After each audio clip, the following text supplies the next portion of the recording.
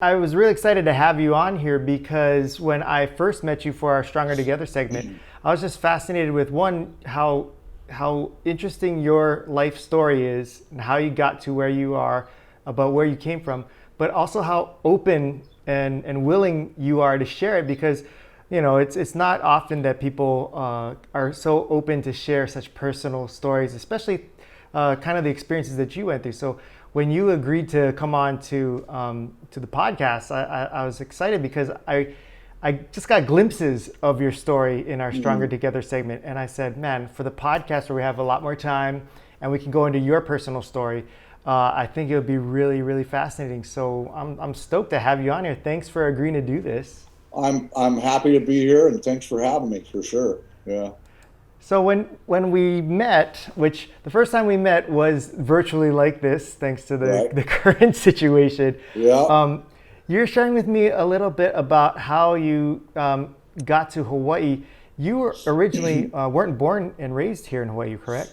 No, I was born of all places, Norman, Oklahoma, and That's I lived right. there for about a year. My parents were both from Oklahoma, went to the university there, and we moved to Dallas, Texas when I was a year old. So I was raised in Dallas, Texas, and actually didn't come to Hawaii until 19, I think it was 1985, when I was 18 years old. So I've been here ever since, pretty much. So when you were growing up in Oklahoma and Dallas, how different was life there compared to here? Oh wow! Well, obviously it's much different there than it is here. Um, well, I mean, there's a lot of differences. The people are different. The culture's different. It's a very southern culture.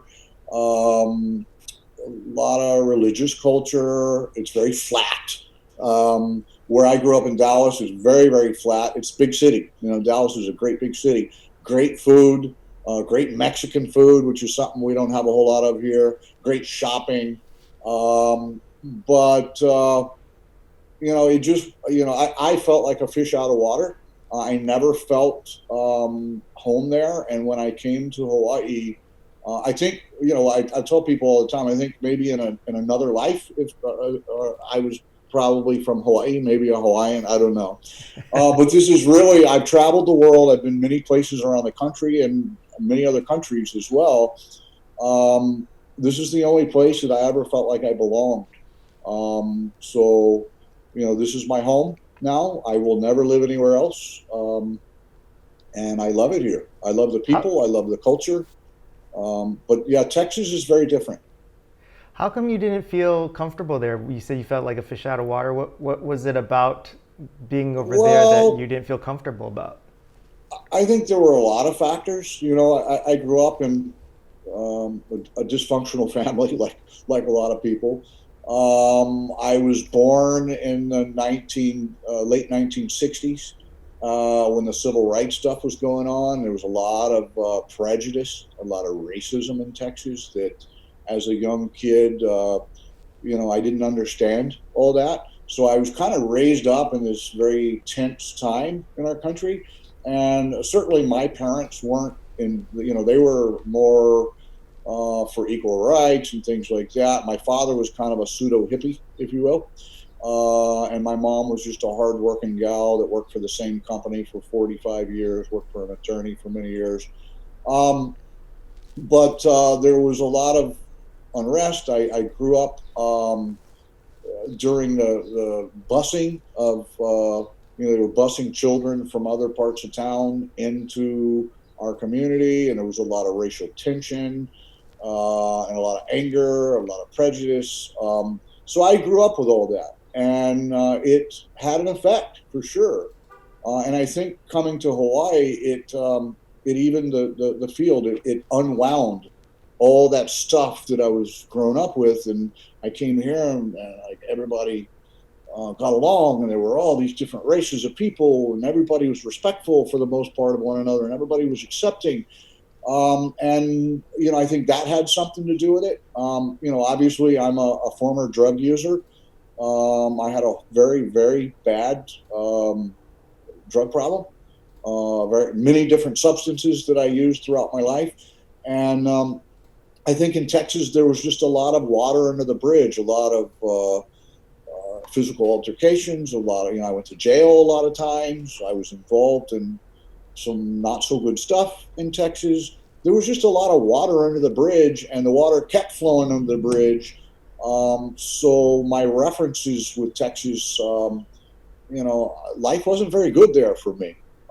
It was a struggle. It was hardship. It was sadness. It was loneliness. It was heartbreak. The family, there wasn't a lot of love in the family. So there are just all these things that I have references of in Texas that are no longer a part of my life. And it took me a lot of years to overcome, the scars from all that stuff. But I think, I definitely have at this point, because I have a wonderful life now doing meaningful work, great friends, great mentors, happy life. Um, you know, um, so yeah, that's kind of what Texas was all about. It's a nice place, and there's certainly lots of opportunity there. Property values are cheaper there, or whatever. But those of us that are in love with Hawaii, we're willing to pay the price for paradise, Yeah. right? So, so that's kind of the story with Texas. You Yeah, you mentioned that growing up with a lot of the racial tension and segregation and such, you didn't understand it. Um, but you had to have had a lot of people around you, whether it was your age or adults, that were on the opposite side, and it probably seemed to them like it totally made sense. Do you, as an adult now, looking back and even seeing what's going on today, not that you condone it or agree with it, but do you at least understand where it's coming from? Because I think a lot of people like myself have yeah, a little difficulty understanding it too. yeah. But I think part of the healing is understanding both sides, right? Yeah, I certainly understand how it happened. I understand why both sides had the feelings that they have. Obviously, I don't endorse racism. I think that it's ignorant. But yeah, I mean, I grew up around it. I mean, when I remember in elementary school, we had this nice gig going. I was playing baseball and soccer, and all of a sudden they bust all these people in. Their skin color was different. I didn't grow up around those kind of people and didn't understand the difference in culture, wasn't educated in that. My older role models, certainly my grandparents were, they weren't blatantly hateful racists, but I grew up being taught through their example to fear people with different color skin, or not always different color skin, but different cultures. So anything that was different than our Southern culture, that was a scary thing. And then they started bringing in busloads and busloads of these kids. And they didn't want to be there either. They were being shipped out of their own neighborhoods, and they didn't want to be there, and we didn't want them there. And we were in third grade, and everybody was angry about it on both sides, and there was lots of fighting, and there was lots of tension, and it was not a very fun time, to be honest with you. In fact, my childhood in school was just, yeah, it was violent, it was hateful, it was sad, it was. But yes, do I understand? Yeah, I think a lot of it has to do with the policies of our country through the years. Certainly, slavery. Obviously, if you enslave a people and then set them free, there's going to be some feelings about that. Yeah. And just the ignorance behind it. And as an innocent little kid, I didn't have any problem playing with a person with a different skin tone. I mean, for me, it didn't make any sense. Like, what's the problem? Yeah. So I was really, it was, up until I was an adult that I started to really understand the whole thing. And it's interesting in Texas, even what they taught us about slavery was a little skewed. I remember they made it kind of seem like it wasn't such a bad deal. Now that I'm an adult and, I've obviously learned a great deal more about all that. We created that problem in this country, in Yeah. that part of this country. So yeah, that's kind of, does that answer your question? Yeah, and then I think it's kind of been understood that, especially in the southern states, it's a lot worse, especially in the history of race relations.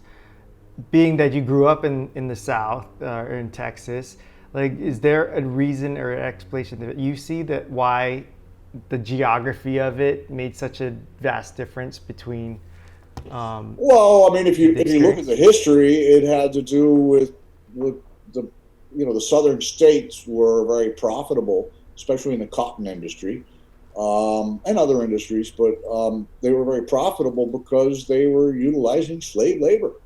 And Texas was a part of that. There's a story in my family that we had family members in the Civil War, some on each side. So you had, family Wow. members, cousins, or whatever, fighting against one another. So it created this huge divide, and I think there's a lot of Southern resentment. And I certainly don't pretend to speak for them. I mean, I'm just speaking from what I saw growing up there. Yeah. There was a lot of resentment from the northern, towards the Northerners.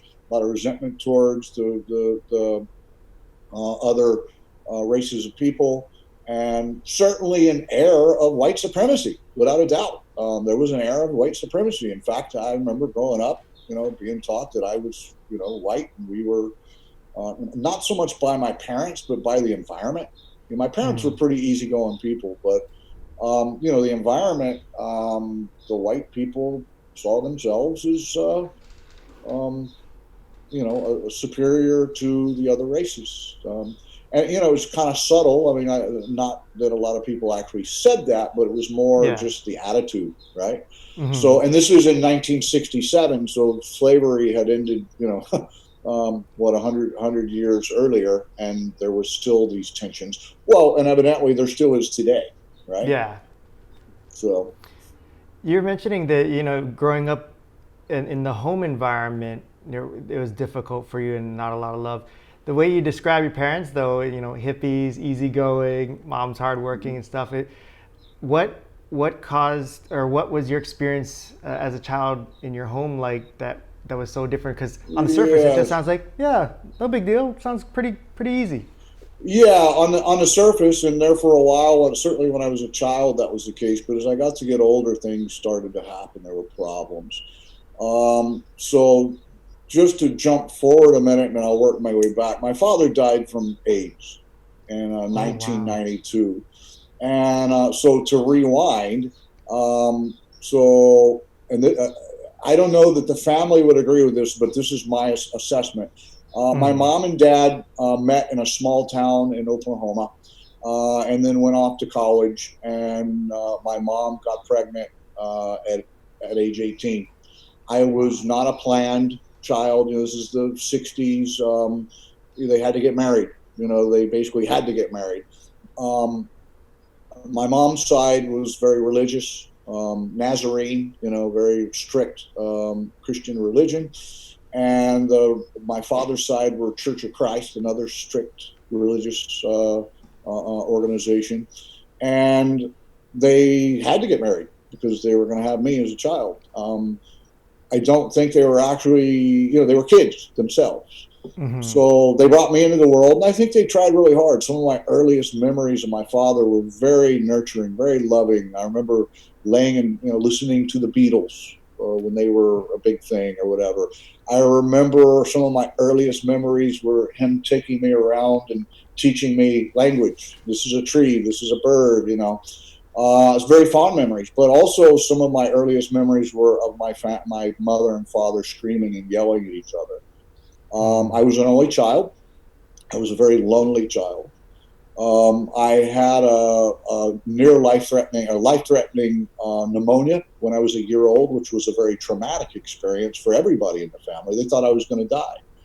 Wow. I got through that, and I continued to have all kinds of medical issues, lots of earaches, tonsillitis, a lot of health issues as a young child. And my parents fought, and they fought, and they fought, and they fought. Um, my come to find out later, my father was a recreational drug user. Um, Actually, that's how I was introduced to drugs. I stole some marijuana from him. I stole some pills from him. He wasn't what I would call like a raging addict or anything. He did it recreational for fun. My mom didn't. She wasn't into that. And I think their lifestyles were very different. And well, he wasn't. There was a lot of fighting because, well, let's just say this. I grew up in a family where there was no love. I don't remember them ever sleeping in the same room. Can't remember ever seeing them kiss one another or become physical. But they stayed together, and I think, from what I gather, they stayed together because they thought it was best for me. It's a shame because my father, come to find out years later, was bisexual, and he had secret liaisons that were going on that we didn't know. He would disappear. He'd disappear for weeks at a time, not tell anybody, just up and disappear. And Wow. she was the breadwinner. And as time went on, things got worse and worse, and he began to get very depressed and debilitatingly so. When my grandfather died, my father attempted suicide. He tried to kill himself with drugs.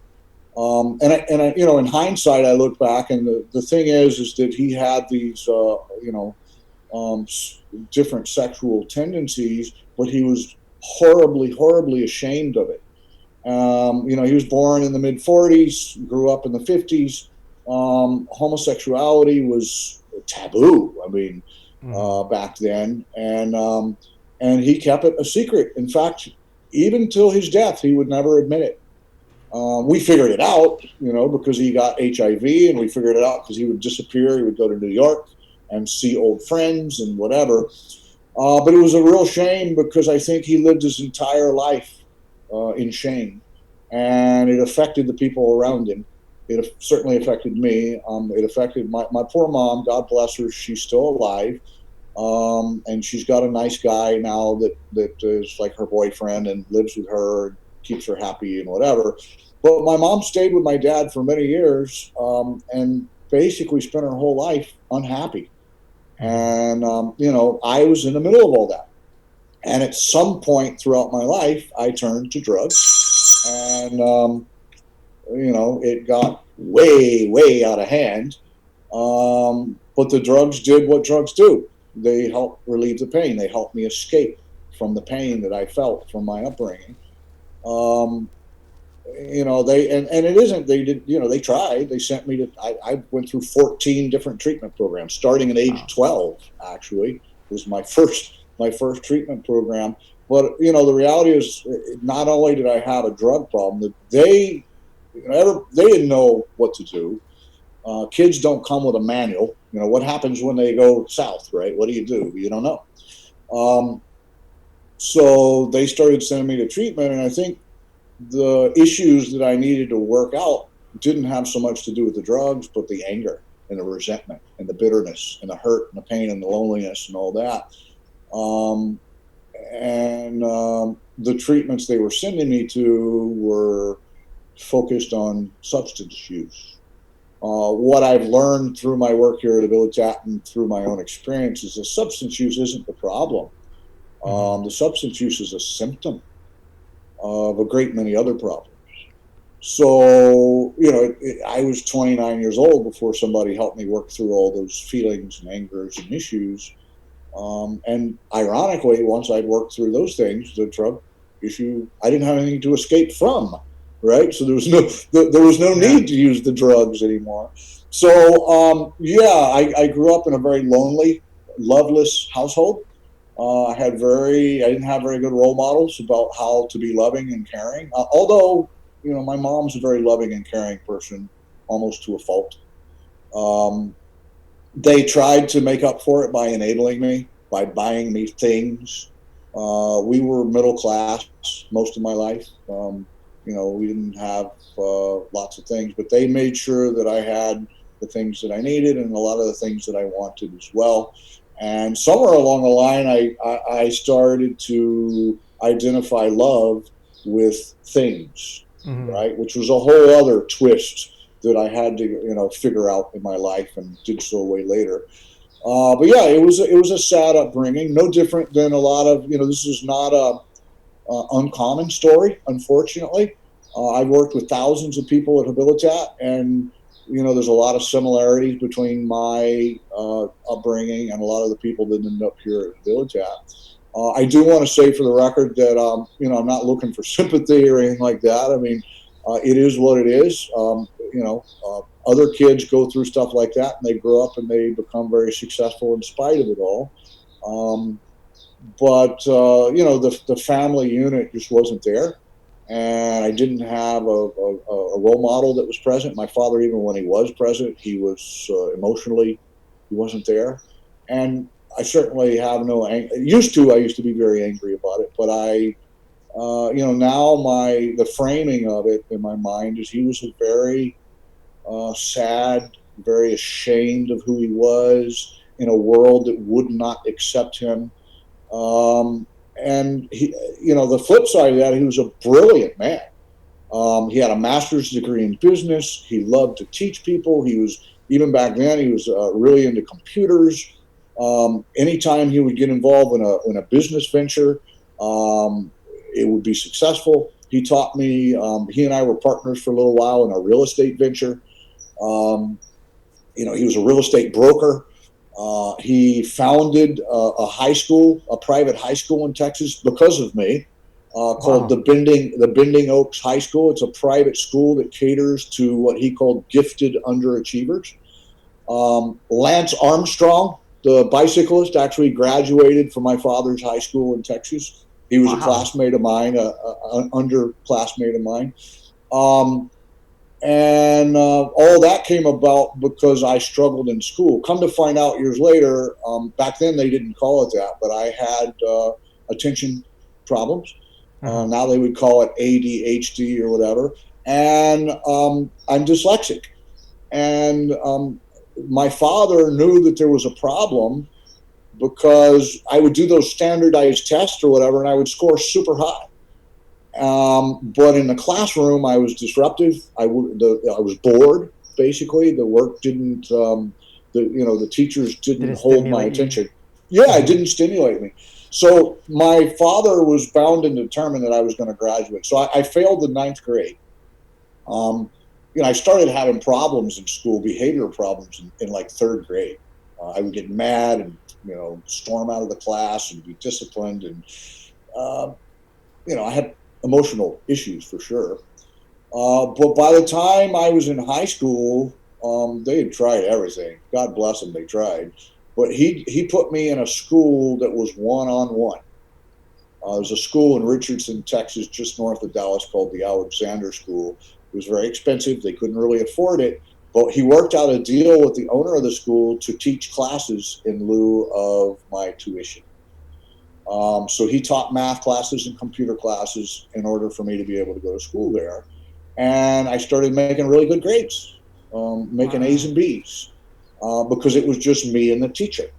And Hmm. they were very creative in the way that they taught and all that. So my father worked there for a couple of years, and he decided that there was no reason in the world why. He saw that there was a need for this, Hmm. and he felt like there was no reason in the world why he couldn't go open his own program or his own school. So he did. He took a couple of the teachers there and decided we're going to go off on our own. And they all put their life savings into it. They started the school. Within the first year, they became accredited by the Southern Association of Schools and Colleges. They started to attract some of the most prominent people's children in the Dallas area. Um, and he did what he did. In his school, it was like 4 students to a teacher. I was Wow. the very first student there, and I started attending school there. And even then, my drug use was so bad that I ended up dropping out about 12 weeks before graduation. Wow. But the school, when my father got ill, there was all the stigma. This was in the early 90s. People were terrified of AIDS. Hmm.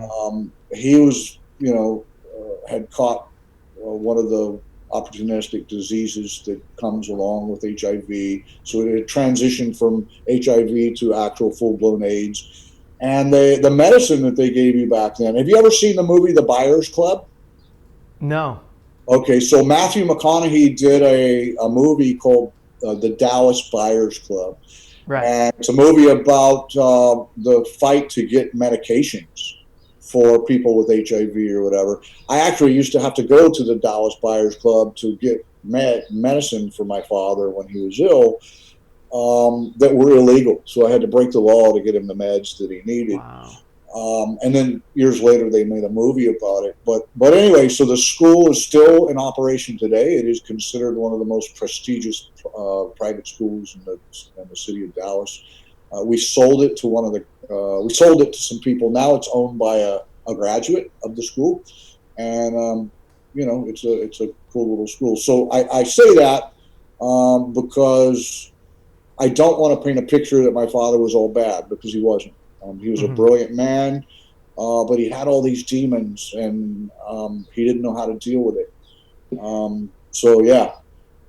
You said that a lot of the problems for you was because of you had a lot of anger and resentment.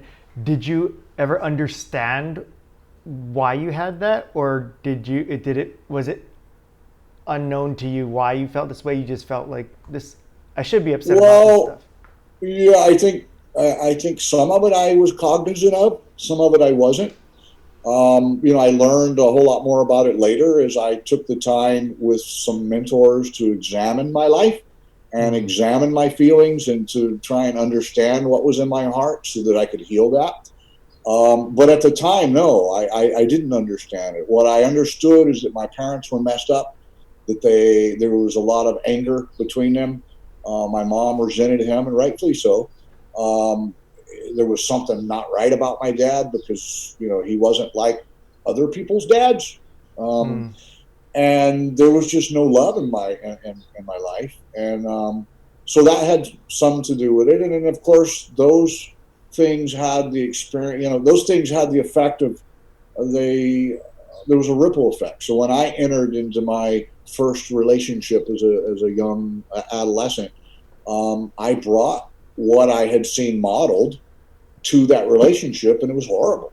I didn't treat her very well. I didn't honor her. I didn't respect her the way I should, because that's what I was modeled. Um, and then the heartbreak from that just made me more angry. Hmm. There were betrayals, in my life, like there is in any, adolescents. They can be cruel to one another. So that kind of fueled into it as well. But no, I think back then, um, I didn't really understand why I was angry. Now looking back, I there were several things. They put me in this school with a bunch of rich kids, who, I mean, literally, some of these kids would show up in the morning in limousines with Wow. chauffeurs. Kids that are 16 and getting their license get a brand new Corvette, and here I am, a kid from the other side of the tracks, going to school with these people, and I had no business being there, or at least I felt like I didn't. I was running around with Dallas's elite children, and I wasn't elite. And it was interesting because one of the ways that I found to make myself acceptable was drugs.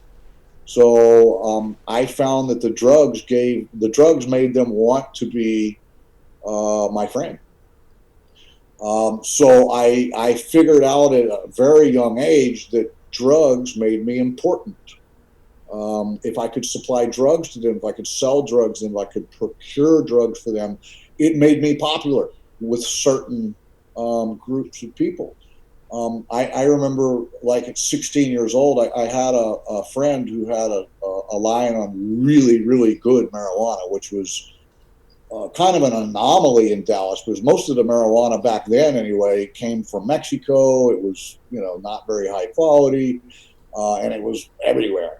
But I had this line on this guy who had really high quality stuff, and everybody wanted it, even adults. So all of a sudden, I became very popular because of my drug connection, and I was selling drugs at like 15 years old, mostly marijuana. By the time I was 16, it turned to more meth and cocaine and marijuana.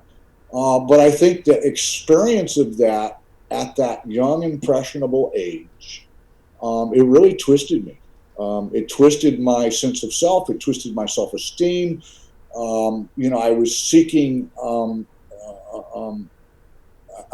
approval for the wrong things, Mm-hmm. and that went on for a very long time. So, there were. It's hard to pin down because in anybody's life that becomes, off the rails with a substance use issue, it's not one. It's never one thing. It's a combination of things. It's a combination of things that lead to that. I just want to get away. I just want to escape. I just want to not feel the pain. So I think there were a lot of things. I think it's really important that I personally don't have a lot of experience of knowing people who have had the experience with drugs that you have. And I think for the general public, because of people like me who don't have that education or experience or understanding, it's easy to go, oh, if someone's on drugs, just get off it or go to rehab. And when they Yeah, hear, oh, I've been to rehab several times, like, why is it not working for you? Like, why aren't you right, doing the work? So to right. hear how this is more than just something so surface, so easy to in our minds to think of, to know how deep it goes, I think Mhm. helps make it a little more understandable and maybe open the discussions more for more support and more innovative ways to help people, especially like programs like yours, where at Mhm. Habilitat, when you described it to me, I was like, wow, I love that it's the focus isn't on the substance, it's about the people and Right, healing them from inside. And right. to hear your story, which is like, it's not um, extremely like, oh my gosh, that's such a crazy life story that no one else could have imagined happening. It sounds like a very common story as far as being, raised in a difficult family environment, being surrounded at school where there's people that, you know, you feel like you want their adulation or you want their acceptance. Hmm. And Hmm. and my question is, you mentioned like you first got introduced to drugs through stealing from your dad. Hmm. How did, when I hear about people saying like, oh, I was selling drugs at 15 or at that young age, how did you get connected to that world where you were at such a young age able to do such an activity? And was it, it sounds so dangerous to me. Like hearing about it, I'm terrified that, you're going to get into big trouble or get, when I see on in movies like drug dealers are always, getting beat up or murdered and stuff. It sounds scary to me, but what was the experience for you? Like, how did that all get started? Well, there were certainly some scary times. I'll tell you that. And I did get beat up more than once. Got all my front teeth kicked in one time. But to go back to the original part of the question, I it's an interesting story.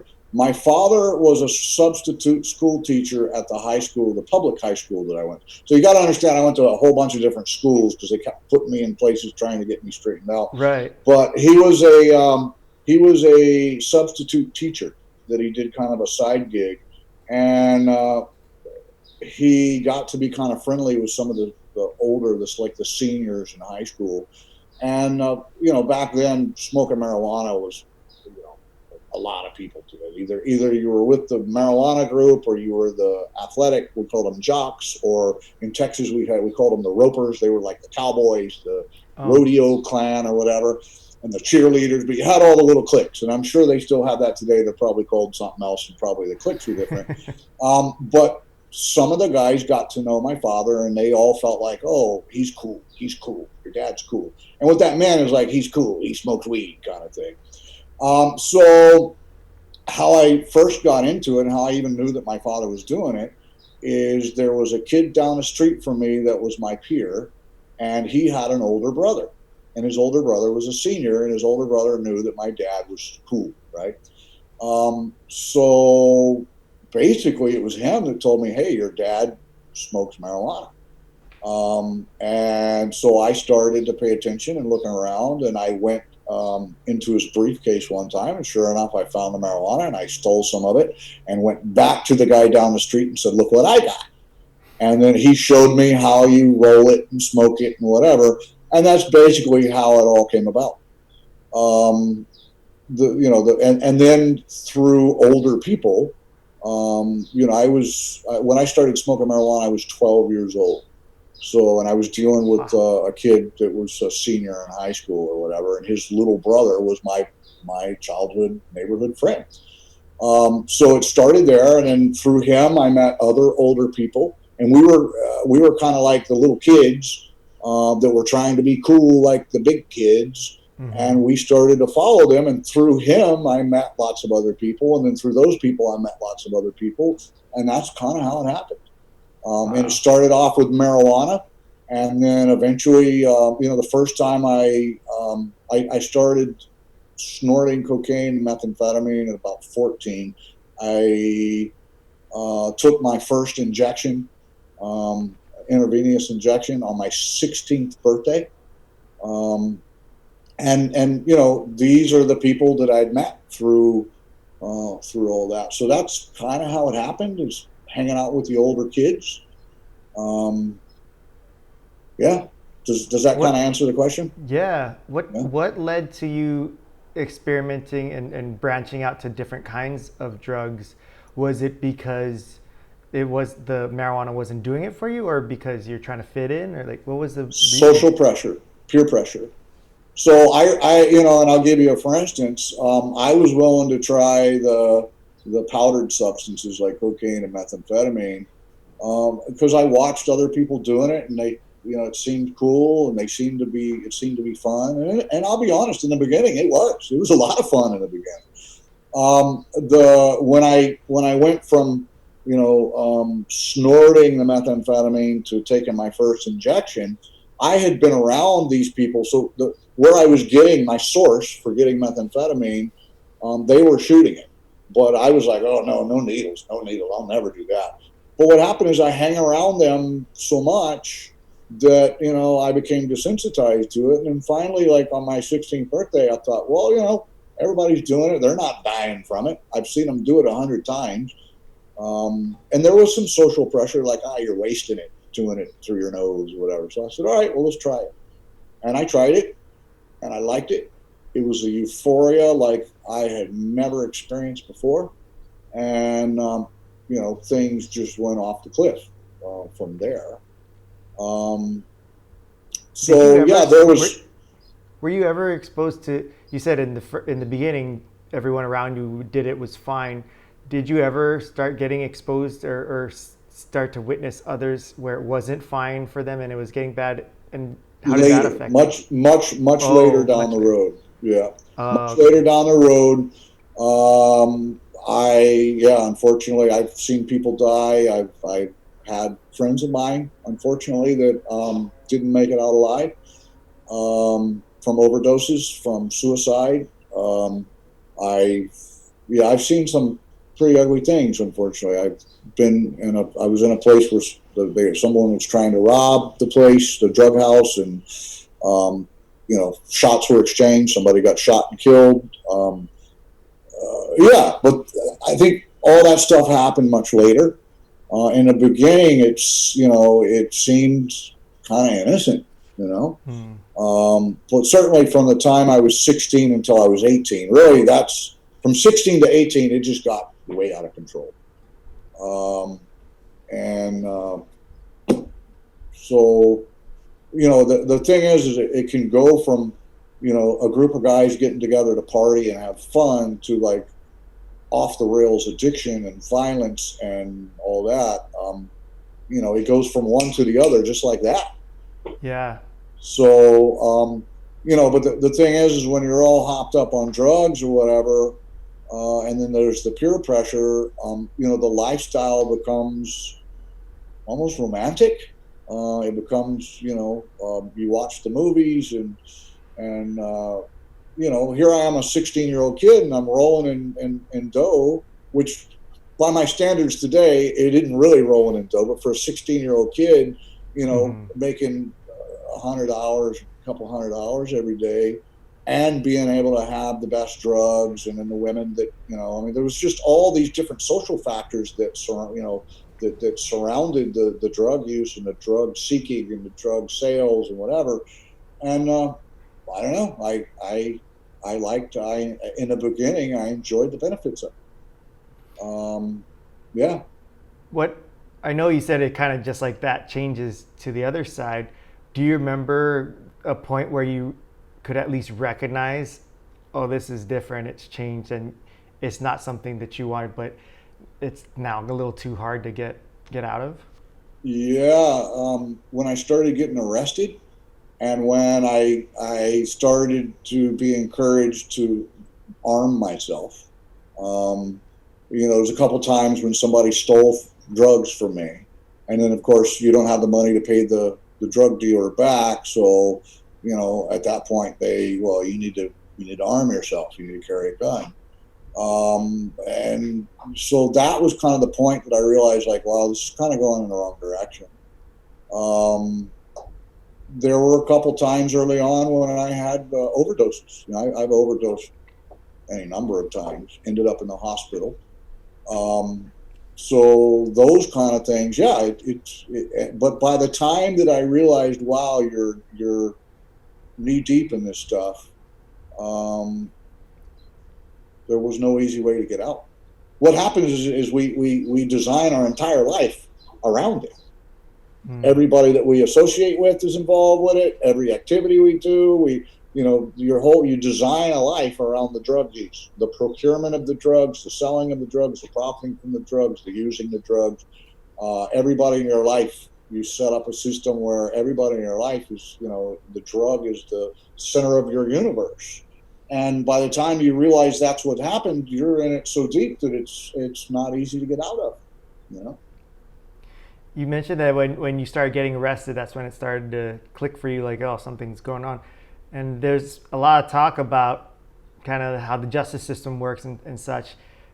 Knowing your experience, and especially even what you're doing now with the work you're doing, is like, criminalizing drug use and all that.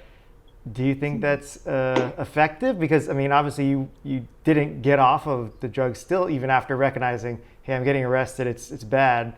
Yeah. What So what do you think? I have because of my experience in the drug world and because of my experience now on the other side of the fence trying to help people in the drug world, and certainly a lot of criminal stuff that I was involved with, a lot of arrests. I'm a 9-time convicted felon, mostly because of Wow. drugs, in the state of Texas and in the state of Hawaii. I have 6 here and 3 in Texas.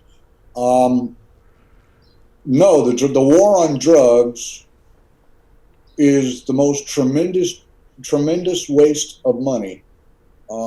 We have spent trillions of dollars fighting the war on drugs, and drugs are more of a problem today than they were when I was a kid.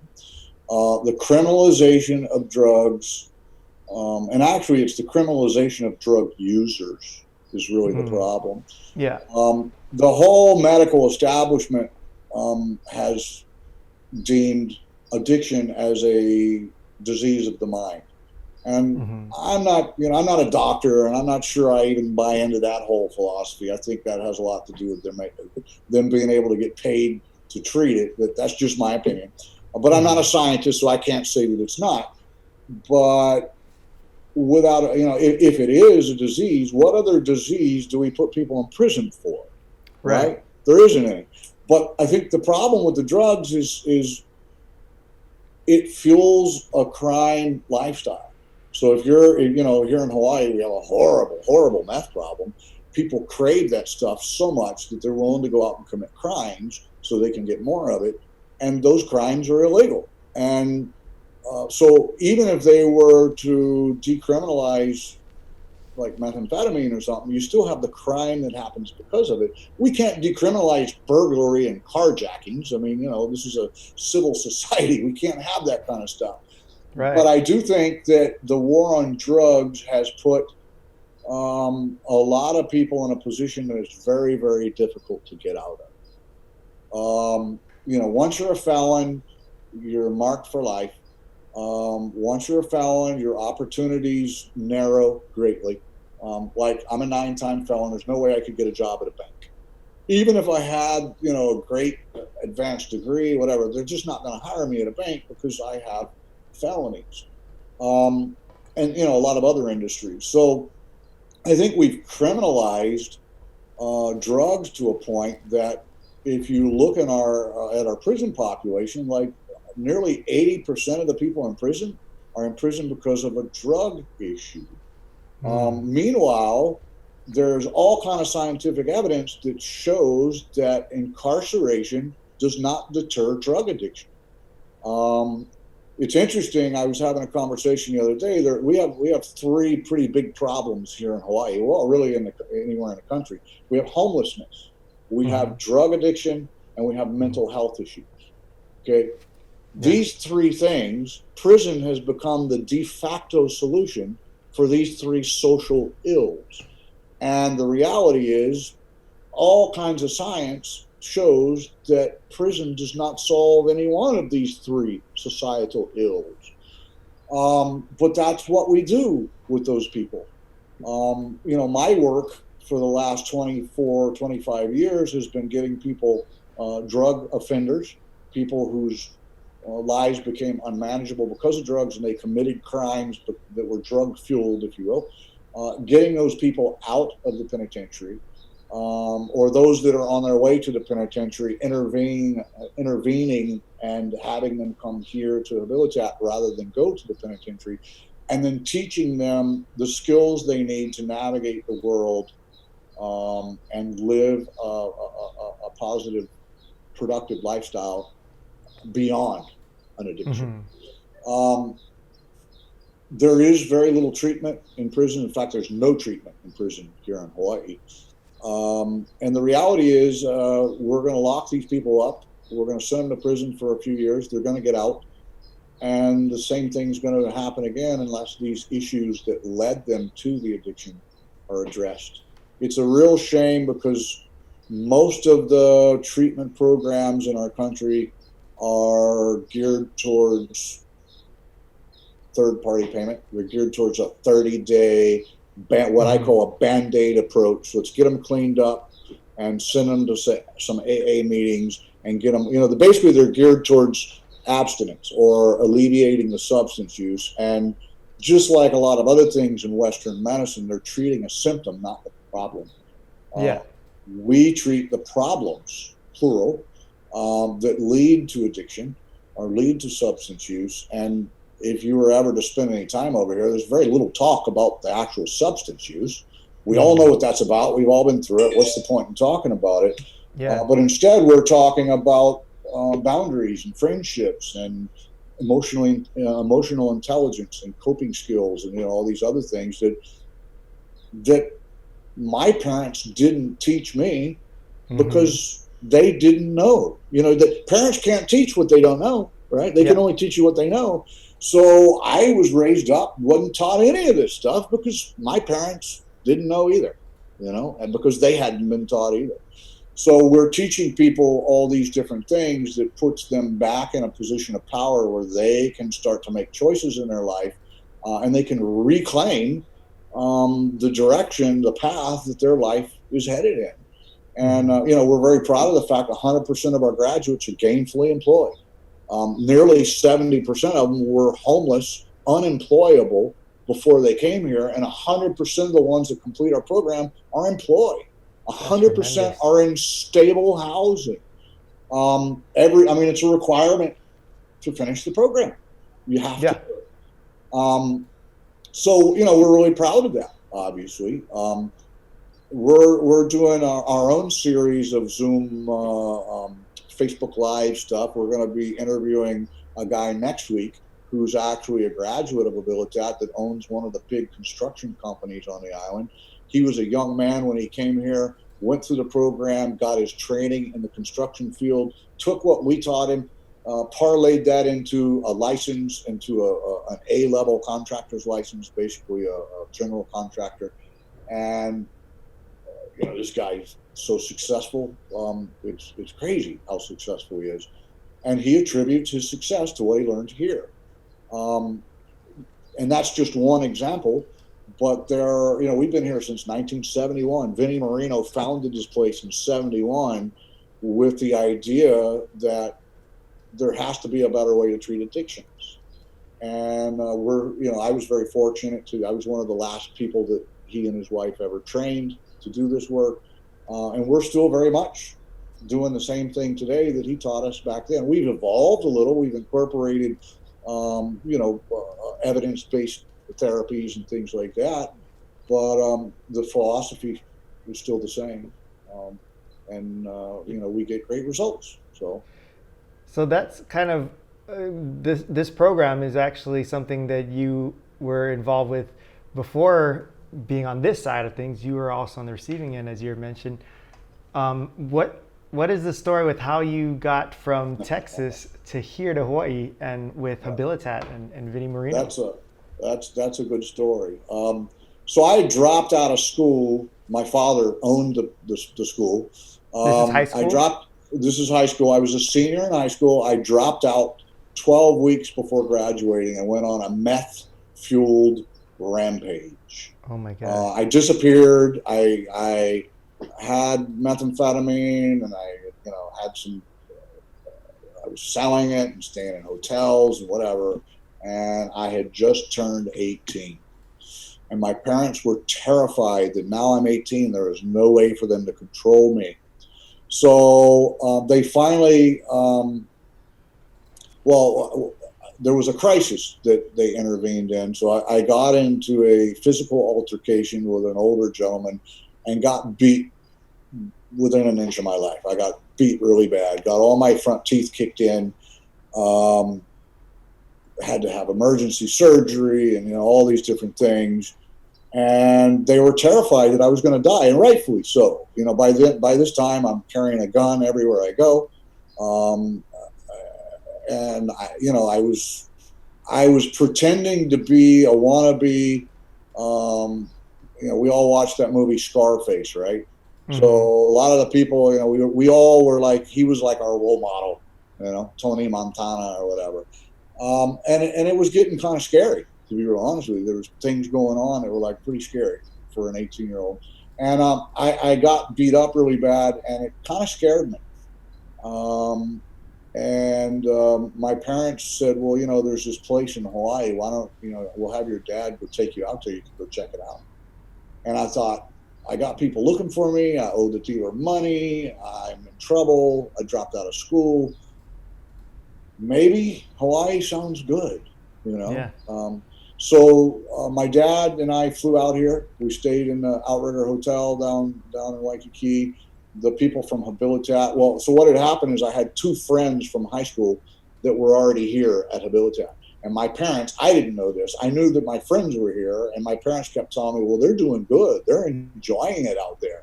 So I'm like, well, if Kelly and Danny can do it, maybe it's a good place for me too. So we came out here, they picked me up at the hotel, me and my father, brought me here to Habilitat. When we got to the property here, they took my dad to the left, they took me to the right. They said, we're going to give you a tour, and your dad's going to go deal with the finances or whatever. So long story short, we're Habilitat is a pretty big property. It's an acre and a half or whatever, oceanfront property. But they took me on a tour, and we made it around the entire facility. The tour took about 30 minutes. When we got back to where the tour started, my dad was gone. They had ushered him back into the car, taken him to the airport to catch a flight home. It was all prearranged. And basically, they marooned me on the island.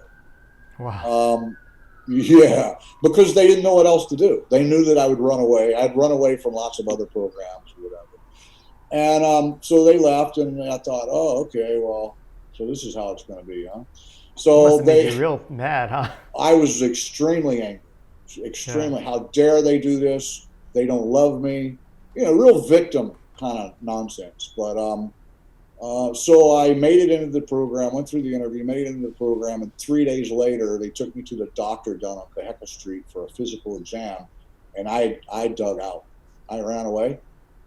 And it was funny because I had a real heavy Texas drawl back then and all that, and I ran away, and I called my mom on a cell phone at right there on Kaheka Street at the Bank of Hawaii, and begged her to bring me home. And evidently, the program, I didn't realize it. I thought I was such a master manipulator. But the people that run Habilitat, they're older and wiser and even more manipulative or more savvy, if you will. They had already arranged with to what my mom was going to say, and the whole thing was orchestrated. They had prepared her, and I mean, I threatened that I was going to kill myself. I threatened I'm going to be homeless. I'm going to get attacked.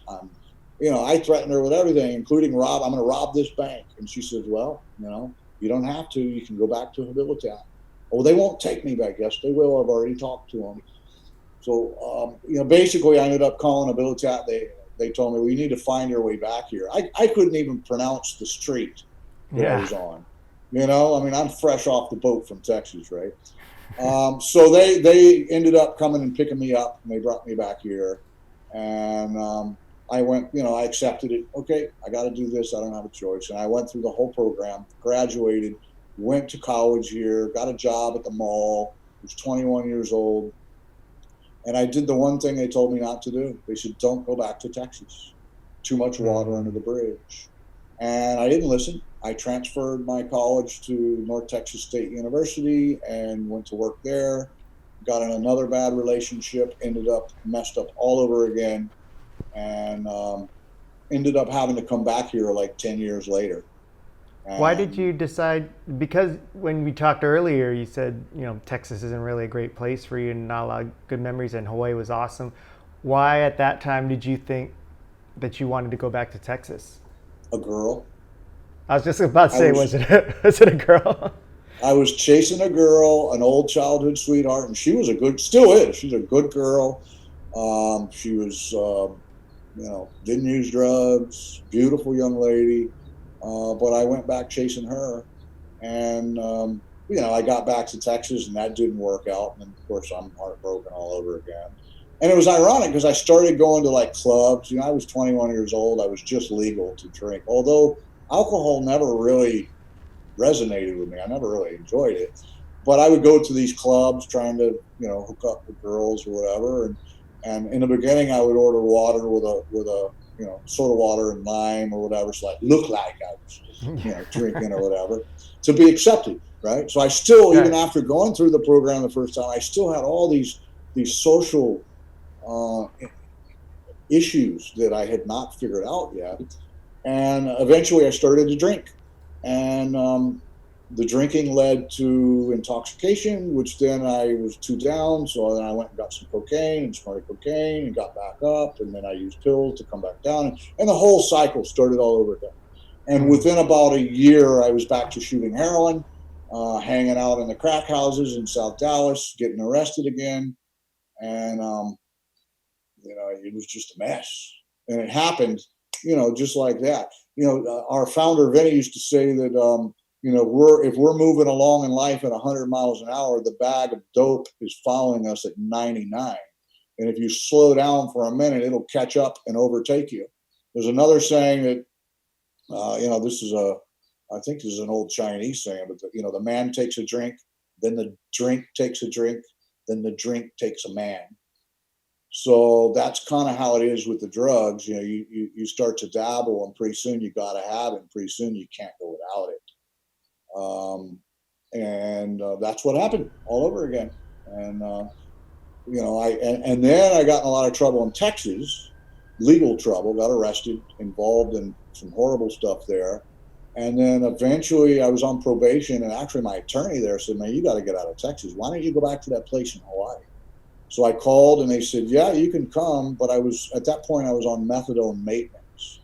And a methadone is a replacement drug that they give heroin addicts. That's, it's pharmaceutical, but it's really, really hard to get off of, even more so than heroin. So Habilitat was willing to take me back, but they said, you got to go detox in the hospital first. So I came back to Hawaii, checked myself into Castle Hospital, actually paid for a detox, paid cash money for a detox. And by the time I was done detoxing, um, I just decided I don't need to go back to Habilitat. I'll do this on Oh my wow. own. Yeah. And I got involved with the Oxford houses here, which is like clean and sober houses, affordable clean and sober houses. I got involved with that. Got a job. Actually, I got a job at Kukui Plaza as the office manager there. I had some real estate experience because my father And it was a good experience, but it's right in the middle of Chinatown, right? Mm.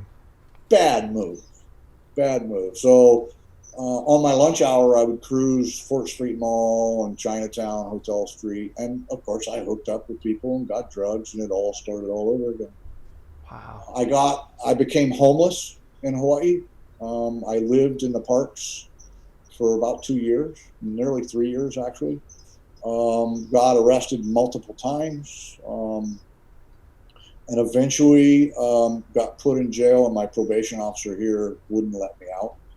Now, keep in mind, I had absconded from Texas, so I was also on probation in Texas, and I just left Wow. and didn't check in. So, at some point, I was going to have to pay my dues with them.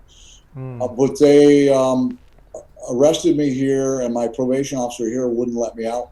So I ended up kicking my habit in jail, and that was when I had the come to the Lord kind of moment. And I decided, you know what? I've had enough of this. This hadn't been fun for a long time. My life has no meaning. Um, I'm gonna die. I had hepatitis C. Um, it was a horrible, horrible, lonely. I was lonely as a child, but at least I had my parents. By the time I became homeless here, I had nobody. It was just complete and utter loneliness. And the only thing that I lived for is to try and struggle to hustle my next shot of heroin, because if I didn't, I was going to be deathly ill. And so when they put me in jail at OCCC and wouldn't let me out unless I went to a program, I picked up the phone and called Habilitat again. And within about 6 weeks, they had me out back in the program here. And there's a whole other story about that. But I kind of decided at that point, I give up. I give up. I can't do this anymore. Just show me something else. And I became very willing.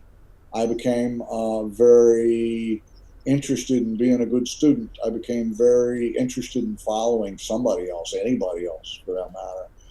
And I think the founder and his wife and the other staff around here, they took an interest in me because they saw something in me that I didn't see. They saw value in me that I didn't see in myself, and they worked for several years to cultivate that in me. And they brought me under their wing and made me a protege, basically. And in doing so, I worked out a lot of my own internal stuff, and I found that I had a knack for helping people. I found that my horrible life experiences, my horrible drug experiences were actually a benefit because it qualified me to understand what other people were going through. Of course, it took a lot of training. That alone didn't qualify me, but it certainly was a benefit. And then they started to put me through all the training, the staff training. They sent me to school. They sent me to do classes. They sent me for certifications and all kinds of different things. And I took to it, more not like a job. I took to it like a mission, if you will, and I just stuck to it and went through everything that I went through. And here I am, 24 years later, and now I'm in the executive position with the organization. Um, I'm very proud of what we do. My life has Habilitat has provided me with an avenue of fulfillment that I never knew possible, and it's all because of that guy Vinny Marino who started the place. Um, so yeah, that's kind of the story. Do you ever get into situations where you have younger people come through the program, and you tell your story, and or at least you have your experience in your back Mm-hmm. pocket, and you, from an outsider's perspective, I'd be like, oh, that's great. He knows how to talk to them. He knows how they feel, like they can connect. But do you notice that with the younger generations, they still go, yeah, you went through that, but that was back then.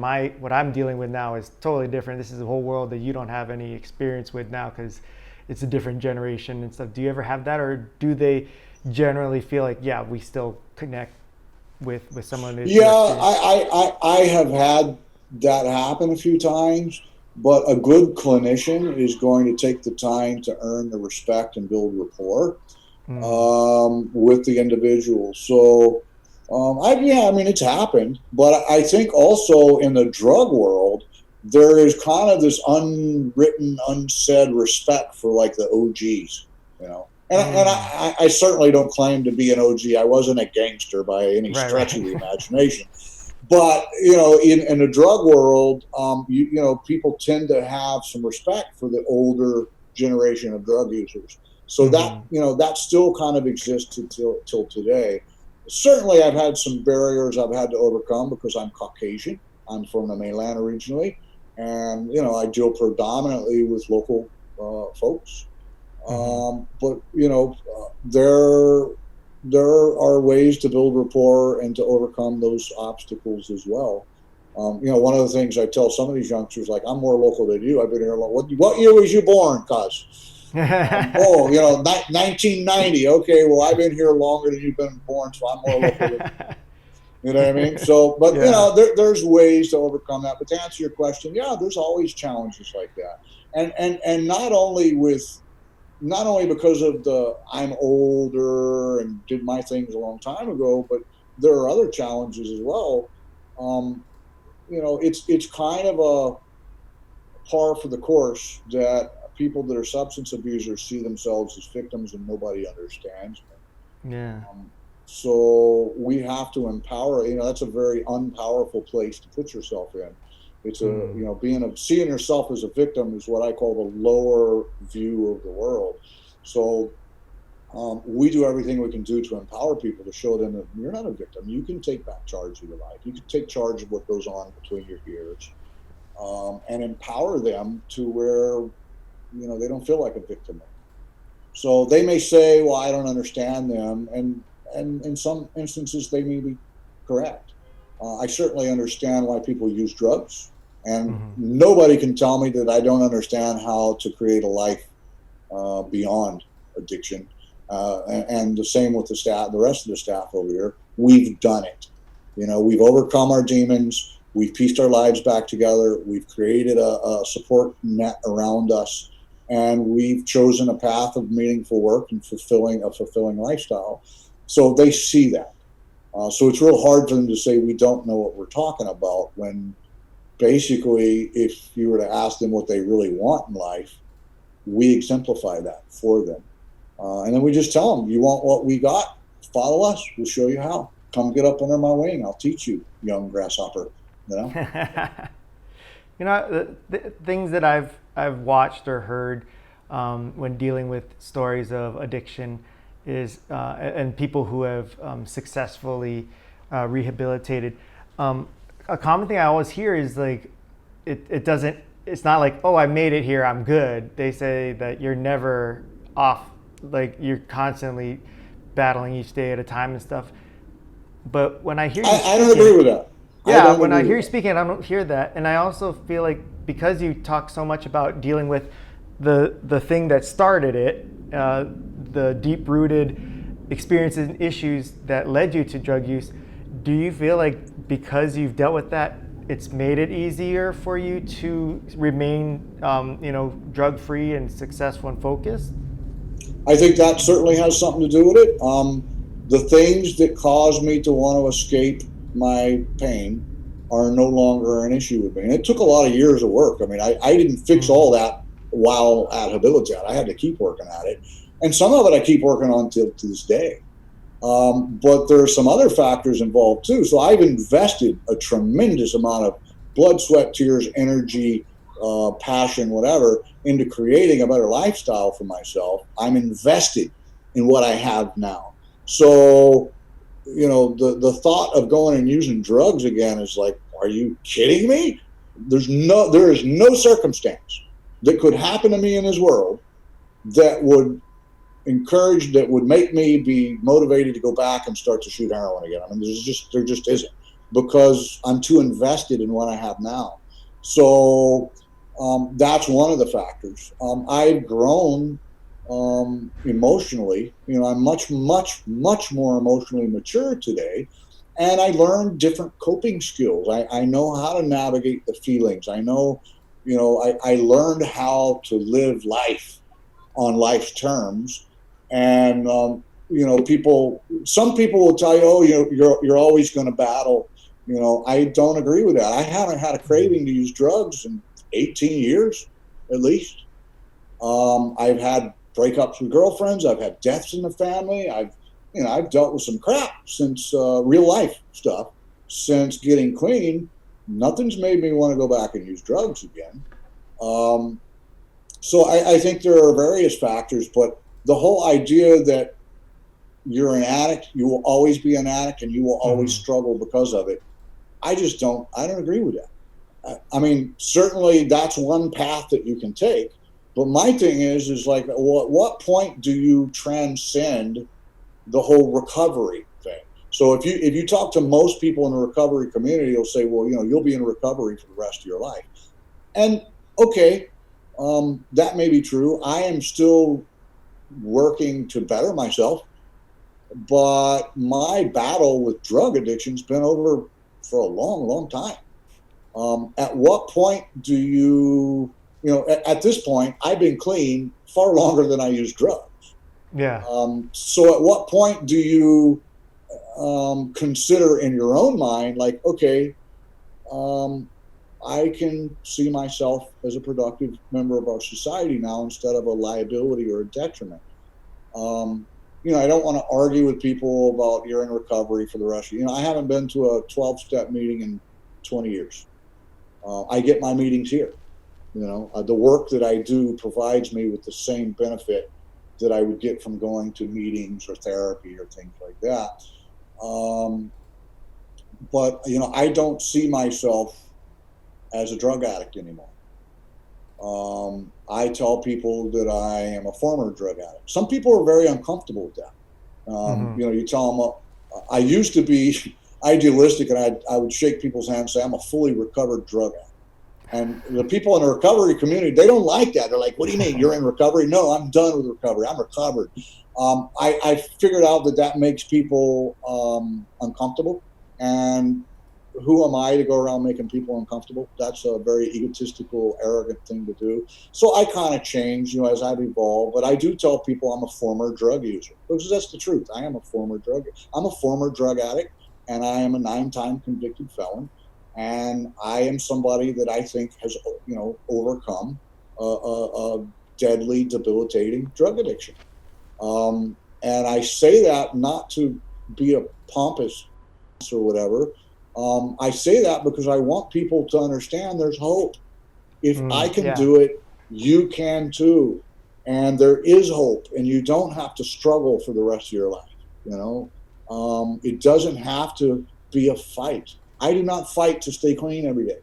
Um, it's just, that's not part of my life anymore. Certainly in the beginning it was, but Mm-hmm. there is no fight. There's no fight anymore. It's just, it is. I live my life with intention. I live my life with a passion. I do everything I can do to be a giver, to help others, and it's made all the difference in the world. I'm so glad that you said that, because I think, you know, even for my personality, when I hear the, other recovering addicts, and they talk about how they make that statement of every day is a struggle, it's a battle, and I've been clean for 20 years, but it's every day, day by day and stuff. I don't look at it as inspiration. So I put myself in and imagine, like, if I were to ever be in that position, how difficult of a spot that would be. And when I hear a story like that, I go, that sounds really painful and hard. But when I hear your story and your perception of it and perspective, I go, that's something I want. That sounds exciting. That sounds empowering. So I'm really glad that you shared that, because I don't think there are enough stories like yours or perspectives like yours that are shared in the general public. I Right. think Yeah. what we see a lot of is just like, what a tough life during the problems and even after. Like, Mm-hmm. it doesn't encourage me much to see that I'm just replacing one problem with another problem, right? Mm-hmm. Yeah.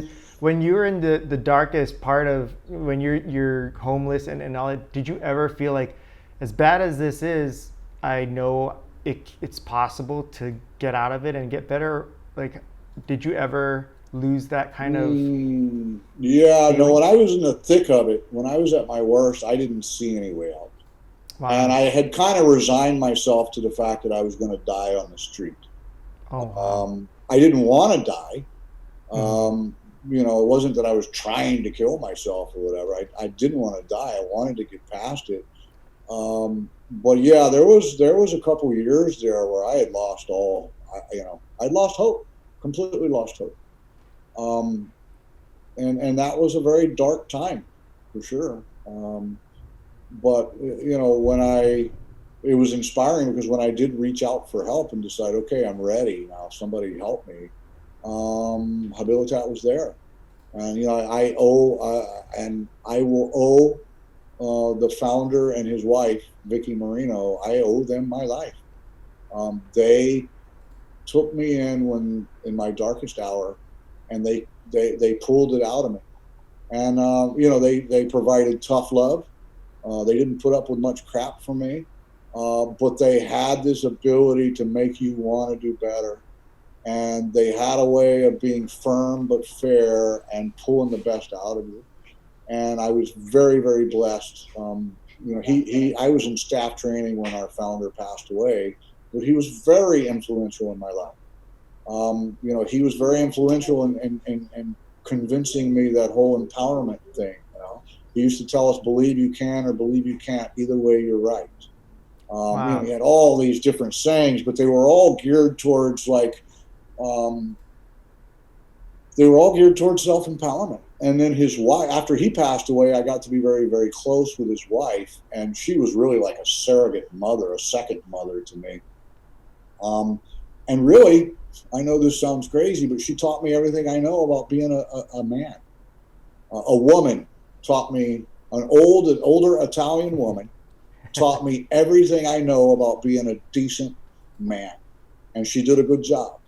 Um, but she put a lot into me, and then she got sick, and then she passed away, and that was a heavy time in my life as well. But I didn't turn to drugs. I took the mission and said, all right, well, this must be what you're supposed to do, you Hmm. know, and and just forged ahead. But I think back to what we were talking about, if you convince yourself that beating an addiction is always going to be a struggle, and you follow through with that, and you're of the mind that this is always going to be hard and I'm always going to have to fight, then that will be your reality. If Hmm. you convince yourself that if I work hard enough and invest in a better life and deal with the issues that made me want to get high in the first place, maybe at some point I will transcend the whole fight and it won't be a fight anymore. That was what I was taught. And I took it to heart, and turns out that I think they were right, because I'm now 24 years without substance, and I got a great life. I'm a homeowner in Hawaii, if you can believe that. I own a property here in Hawaii. I'm respected by people. I am a good teacher. I have the confidence of my family again, because boy, let me tell you, I burned some of those bridges. I burned those bridges down. One of my missions was to make sure that my mom was never ashamed of me again. Um, and I have fulfilled that promise so far. Um, I don't know what more to say other than if you choose a path of success and surround yourself with the right people and continue to work on your stuff. And, it's funny. I got friends that are not drug addicts. They got stuff too. Yeah. You know, they do. They got insecurities. They got attitude problems. They got relationship problems. I mean, the stuff that I deal with today is the same kind of stuff that normal people would deal with. What I have found is that because of the crazy stuff that I went through, most of it self-imposed, I am actually better attuned to dealing with that stuff because of those experiences than my friends. We call the people that don't get high, we call them squares, right? Or people that never use drugs, we call them squares. What I figured out through the years is, man, some of the squares they don't know how to deal with their problems either. They don't use drugs, right? They have other ways to deal with it, Yep. but they're not very prepared. They're struggling with life too. I'm not struggling with life anymore. I'm living it, and I'm living the life that I designed for myself. And I've got a bunch of other people that are along with me for the ride. That I'm helping them design their life the way they want it to be. Um, and when you put yourself out of a victim place and you put yourself back in the driver's seat and you decide that this is my life and I'm gonna do everything I can do to empower myself and to choose the path that I'm gonna go on. It's a very liberating thing. It changes the direction of your life. It changes the meaning of your life. Life takes on a whole different meaning. You know. Now, I would love I have that. gotten here had I not had spent so much time at Habilitat? Who's to say? Maybe not. So I don't want to come across as arrogant and condescending for any of those people out there that are going to their 12-step meetings, working the steps, getting a sponsor. I don't knock it. Whatever works for you, man. The path that I took has worked for me. It's my hope that whatever path that other people take, it'll work for them. What I will say is that if you're trying one thing and it's not working, then try something else, because there are Mhm. many paths to overcoming substance use. There's not Habilitat's not the one size fits all. It works for some people. It works for a Right. certain demographic very well. Um, but so I would hope that whatever they do, that they find peace, they find serenity, and they find strength and success. I happen to find mine here at Habilitat, and it completely changed the course of my life. And I think the same can be said for all types of experiences or people going through different things. You don't have to have substance abuse to follow that, um, you know, example. I mean, the fact that you put the emphasis on taking away the victim and making you the driver of your destiny is applicable to all walks of life, I think, in all different types of experiences people are going through. And I think also you saying if something's not working, look for something else. Like that's part of being in the driver's seat, of not being relegated to thinking, oh, this doesn't work, so I guess there's no hope. Because you're in control, you have the ability to find the outcome that you want and surround yourself with the right people and the right tools to make that happen, right? Right? Yep. And like I said previously, I went through 14 treatment programs. I went through Habilitat, the hardest program probably in the country. I went through Habilitat twice. So you have to keep at it. Yeah. And even if it's not drug addiction, like you're saying, whatever it is that you're struggling with in life, you got to keep trying. You got to keep trying. I mean, what is the alternative, right? You either accept what you don't want, or you continue to look for what you do want. And one of the things that really was a game changer for me was, and my parents didn't teach me this, but they taught me to surround myself with people that are going where I want to go. So if you look Yeah. at I have a small circle of friends, but if you look at my circle of friends, most of them are more successful than me. They've been clean longer than me if they were drug users. They're further along on the path of whatever it is, success, life, whatever. But I'm going along with them, and they're ahead of me, right? In the direction that I'm going. So you surround yourself with the people that have what you want, um, and you will get what you want.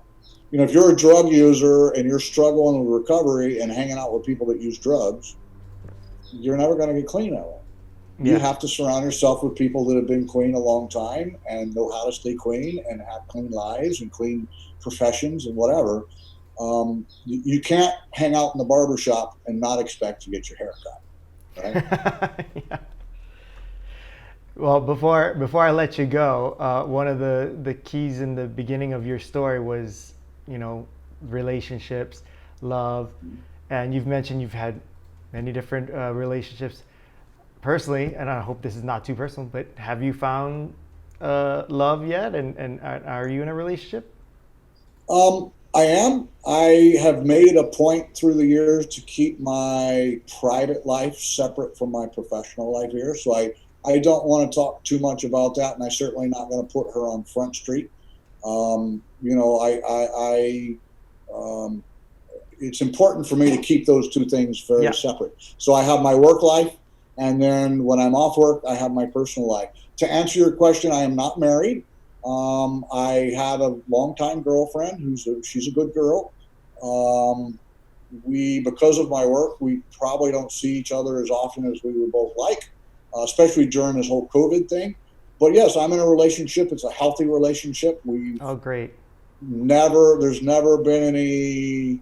I mean, we've had some disagreements or whatever, but we've never raised our voice at each other. We've never said an ugly thing in anger. It's very respectful. It's very healthy. Um, and yeah, so that's a good addition.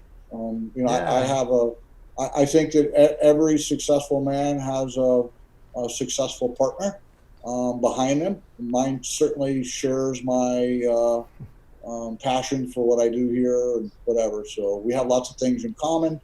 But yeah, so does that kind of answer your question? Yeah, no, I'm just relieved to hear that because in talking to you in this past hour and a half, I really felt like that was something that kind of followed you through your life of wanting that. And in hearing where you're at in life now, I was just like, wow, you're really primed to get that now. And I hoped that you had it, and so I'm just relieved that you have that. Yeah. And I just love I will hearing your share story. one more thing with you. Probably the biggest regret that I have is that I never had a child.